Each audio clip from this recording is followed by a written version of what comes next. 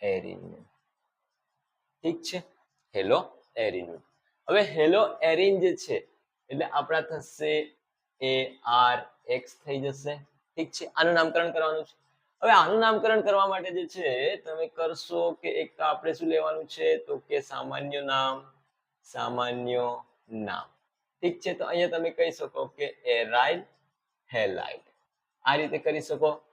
અને આયુપેક name, IUPAC નામ જો કરવું હોય તો તમે અહીંયા લઈ શકો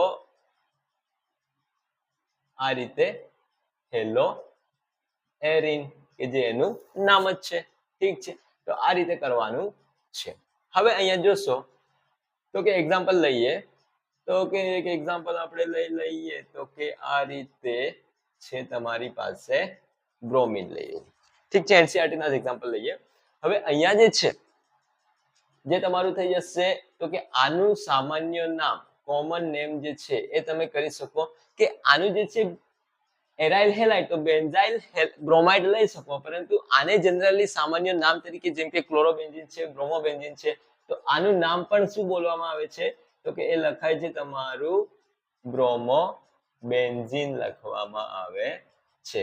અને એનું આયુપેક નેમ પણ સેમ જ છે, હેલો આલ્કેન તો બ્રોમોબેન્ઝીન. શું થઈ જશે? બ્રોમોબેન્ઝીન. આ પ્રમાણે થઈ જશે. હવે એક બીજી વાત છે કે સપોઝ હેલો એરિન સંયોજનોમાં સામાન્ય નામકરણ કરતી વખતે એક વસ્તુ યાદ રાખવાની છે કે સપોઝ અહીંયા કોઈ પણ સમૂહ જોડાયો છે, કોઈ પણ ગ્રુપ જોડાયો છે, યા ફિર કોઈ પણ ફંક્શનલ ગ્રુપ જોડાયો છે, એની બાજુમાં જો જોડાયો હોય સામાન્ય નામ માટે, શેના માટે? સામાન્ય નામ માટે. તો બાજુમાં જોડાયો હોય તો એને કહેવાય ઓર્થો, અને ઓર્થોની બાજુમાં રહેશે એને કહીશું આપણે મેટા. મેટાની બાજુમાં રહેશે એને કહીશું આપણે પેરા. પેરાની બાજુમાં મેટા, અને જે મેઇન ગ્રુપ છે એની બાજુમાં રહેશે એને આપણે કહીશું ઓર્થો. ઠીક છે, તો ગ્રુપ છે એની બાજુવાળા ઓર્થો, એના નીચેવાળા મેટા અને નીચે પેરા. આ પ્રમાણે નામકરણ થશે. તો કે અહીંયા તમે ચેક કરો કે સપોઝ આપણે આનું નામકરણ કરીએ. ઠીક છે, અહીંયા બ્રોમિન લઈએ અને અહીંયા Br લઈએ. ઠીક છે, તો આનું નામ કેવી રીતે થશે? કોમન નેમ, સામાન્ય નેમ. તો કે કોઈ પોઝિશન પર છે તો કે ઓર્થો પર છે, તો આનું નામ થઈ જશે ઓર્થો. અને કેટલા છે? ડાઈ બ્રોમો બેન્ઝીન થઈ જશે. શું થઈ જશે? ઓર્થો પર છે, ઓર્થો પોઝિશન પર છે, આ મેઇન ગ્રુપ લઈ લો, એની બગલવાળો ઓર્થો, તો થઈ જશે ઓર્થો ડાયબ્રોમો બેન્ઝીન. ઠીક છે, આનું આયુપેક નેમ વખતે નંબરિંગ કરવી પડશે. આના માટે પ્રોપર રૂલ છે 1 2 3 4 5 અને 6, ઓછામાં ઓછો નંબર મળે એ રીતે. તો થઈ જશે 1 નંબર પર બ્રોમિન છે, 2 નંબર પર બ્રોમિન છે, તો 1 2 ડાઈ બ્રોમો બેન્ઝીન. આ એનું નામ થઈ જશે. એક એક્ઝામ્પલ બીજું લઈએ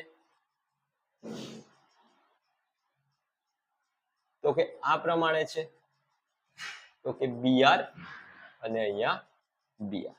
તો આનું જે છે કોમન નેમ થઈ જશે તમારું, તો કે કોમન નેમ થશે તમારું તો કે મેટા ઓર્થો અને મેટા પર છે. ઠીક છે, તો અહીંયા થઈ જશે તમારું મેટા ડાઈ બ્રોમો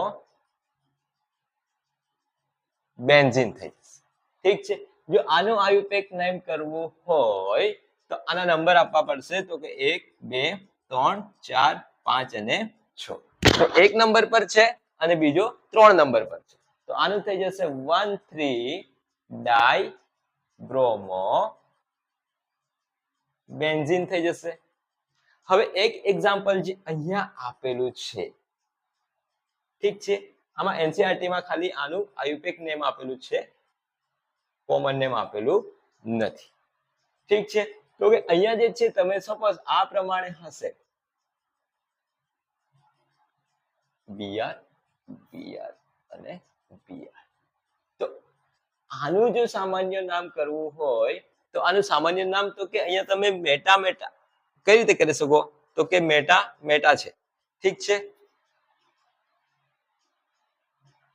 મેટા પોઝિશન પર છે. પણ અહીંયા જે છે આનું સામાન્ય નામ કઈ રીતે કરવામાં આવેલું છે કે અહીંયા છે અને સેમ છે, બરાબર છે.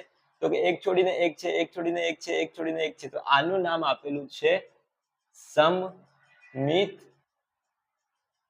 Bromo benzene. શું છે? તો કે સમમિત ટ્રાઇબ્રોમો બેન્ઝીન. શું નામ થઈ જશે?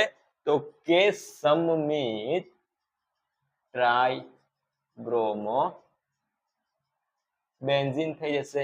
અને આયુપેક નેમ શું થશે? 1 2 3 4 5 અને 6. તો આયુપેક નેમ લખતી વખતે તમે કરશો 1 3 5 1 3 5 ટ્રાઇબ્રોમો બેન્ઝીન. આ રીતેનું નામકરણ કરવાનું છે. ઠીક છે. આ જે વસ્તુ જે છે અહીંયા આવી જશે તમારી. તો કે સમમિત એક છોડીને એક છે એટલે એને આપણે કહીશું સમમિત. તમે અહીંયા પણ કરી શકો સમમિત, કોઈ ઇસ્યુ છે નથી. ઠીક છે. તો આ પ્રમાણે કરવાનું છે હેલો આલ્કેન અને હેલો એરિનનું નામકરણ. તો હેલો આલ્કેનમાં કશું છે નથી.